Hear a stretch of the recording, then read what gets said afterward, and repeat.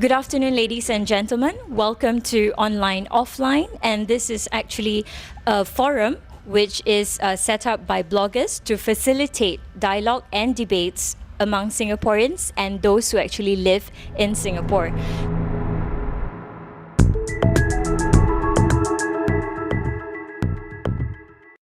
Today is our first session, and the topic is something which has been widely talked about, and it is on xenophobia. Xenophobia, in brief, means people with irrational fear on foreign people. And in recent times, we have actually seen so many stories online. For example, one of the NUS undergrad who actually blog and call there are more dogs than humans in Singapore. And there are also this recent, the Curry incident, as most of you are actually aware of, and the Ferrari car crash that has actually caused a lot of public debates. So today we're going to discuss in depth about some of these issues and how did this xenophobia come about. Are these real issues, or is it something which is symptomatic of actually something deeper? For example, like maybe Singaporeans are not too pleased with government policies. Today we are very fortunate also to speak on these issues. We have a few panelists, and here we have Mr. Zaki Mohamad, MP for Chua Chu Kang GRC, and he's here in a personal capacity. Also, we have Mr. Alex Au, blogger at the Yawning Bread for about 16 years, and he's also done a couple of volunteer work with a migrant welfare group. And we have Mr. Andrew Loh, who is a blogger at publichouse.sg. We have Mr. Ravi Philomenon, who is a former TOC editor, and also he's a social activist and blogger. Last and not least, we have Mr. Martin C., who is a political filmmaker. His blog, Singapore Rebel, has been running since 2004, and he's been investigated for making a documentary on Dr. Chee Soon Juan, and two of his works on Said Zari and the late Dr. Lim Hock Siew remains banned by the MICA. We're also fortunate to have a group of audience who will share their views on xenophobia. Without further ado, let's begin the discussion. We're going to start the format with each of the panelists speaking about xenophobia, and subsequently, we're going to have a question and answer session. So let's begin with Mr. Zaki. Would you like to share with us, is xenophobia a real issue in Singapore?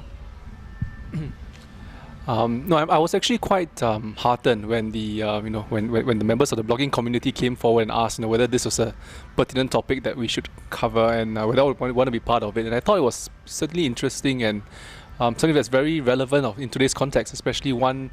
For me, I think as I speak to many people, I do interact, and I do interact with a lot of residents and do a lot of dialogues, and the issue of this fear of foreigners, does come around, and you can sense it, whether it's about jobs, whether it's employment, whether it's about not enough places in primary one, for example, for school education. Everyone has that certain fear, but at the same time as well, it could be symptomatic of some of these recent issues, or as you mentioned, some of these policies. But at the same time, that the manifestation is what I think what we are very concerned about, in the sense that how does it portray us as citizens, and how does it portray us as a society? So I think to a certain extent that's what concerns me most, and I hope to hear more from the group as well, afterwards on your thoughts on this issue. Thank you. Can we start with Alex? Well, I think xenophobia is an issue we really need to talk about. Why? Singapore is a small little city-state. Invariably, we're going to need to have lots of international connections. We're invariably going to depend on trade. And in the global age, migration is going to be part of life. People are going to come, people are going to go, including Singaporeans going overseas. And if as a society we are not ready to deal with the subject of the movement of people in line with trade and investment and so forth, then we're going to be real misfits in this century and beyond. And so I think it's really important we have this discussion about what our views are about people moving into our country, about our people moving out of the country, and about people moving here temporarily and then moving out again, and back and forth. So it's really important, I think, for our own, the own health of our society moving forward, that we have an honest discussion about what we think about it and what we can do about it. Can I get some views from Martin? I just want to state right off the bat that I'm not here on some high moral ground as the blogger telling other bloggers or telling the internet community to stop being xenophobic. And also to members of the press who are probably inclined to headline this event as quote-unquote bloggers take stand against xenophobia. I wish to state that this is not my purpose for coming here. My intentions for joining this discussion is really a lot more modest, which is to start an honest conversation about anti-foreigner sentiments, which we all know do exist and which we all know is increasing. Now, there are 4 reasons why I feel, well, let's get back to the definition of xenophobia. We need to fix that definition properly. Hani has mentioned irrational dislike of foreigners. It's not too far from my own definition, which is unreasonable hatred of foreigners, which means that there is room for reasonable hatred of foreigners, which does not, in this definition, be classified as xenophobia. So I think we need to be very careful when we use the word xenophobia. So what are the 4 causes of anti-foreigner sentiments in Singapore? I've outlined them from 1 to 4. Number 1 is there's a perception that there are, under the law, there is a favorable treatment to foreigners, especially rich foreigners. And this can be seen from incidents such as the 3 or 4 Caucasians who beat up a taxi driver and a bystander. And of course, the case about the Romanian diplomat. Yeah. And then number 2, people become anti-foreign. Anti-foreign sentiments arise when familiarity is being upsetted. For example, you go to a coffee shop for 20 years and then suddenly one day you go there and then the guy taking your order can't understand what you want. So I think this affects especially the senior citizens who suddenly feel that they are not familiar with this whole new influx of immigrants and foreign workers. And the third reason is a lot of Singaporeans may have loosed out to foreigners in jobs, maybe a place in the school, or maybe just a seat on the MRT, so they get fed up. And the 4th reason, I think, is the one that will cause the most dissatisfaction and create anger, is the encroachment of private space. I think people are feeling somewhat invaded in their private space. For example, neighbors telling them not to cook curry because the smell is awful. This is a form of encroachment of private space, and people are getting angry. Now, all the 4 causes which I've outlined are not by itself a problem. They are a problem when it keeps repeating. So if we see a repeated pattern of the 4 causes which I've outlined, then people will start to get what I would call reasonable hatred against foreigners. So later we'll discuss more about that. Thanks.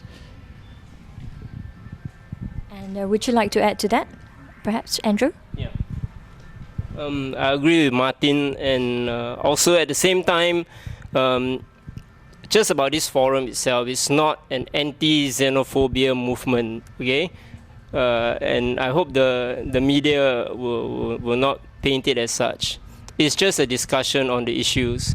For me, I think as Martin said, right, we need to understand what xenophobia is. And what is happening, for example, online. Some of these websites or comments that you see online, they may seem irrational, and therefore we paint it as xenophobic. But it may not be so. I mean, to me, I don't think xenophobia itself is a problem in Singapore. The problem is that we might be heading in that direction. Because the comments that you see, for example, online, they are not irrational. They're actually based on very rational fear, like losing your job, not being able to buy a flat. Some of the other stuff that Martin mentioned just now. So they are founded on quite rational consideration, pragmatic consideration, loss of personal space and all that. So for me, is it a problem? Not yet, but we are going in that direction of it becoming a real problem. Yeah, that's my thought. And Ravi, if I may have your thoughts? Yeah, I want to state that I am cat-ceratophobia. I have cat-ceratophobia. What that is I am fearful of cockroaches, especially if they are flying cockroaches. So when we're talking about xenophobia, I think we have to really look at the word phobia first before we look at the other part of that word. What is phobia? Phobia is an intense fear of something that has got little or no danger to you specifically. So I think that defines xenophobia very well. That there is an intense fear of something that probably has no danger in it for yourself. And I think that it's human nature, there's us, the insiders, and the them, the outsiders. It's human nature to have that kind of feeling because you want to feel connected to a group. And so I think that it's okay if when you want to feel connected to be part of a group, that you want to feel that sometimes it helps you to make sense of things that are happening, explains things. I think that's okay. But I think that when it gets out of hand, when you start scapegoating people, then that becomes a problem. Scapegoating too could be useful because it helps you to de-stress.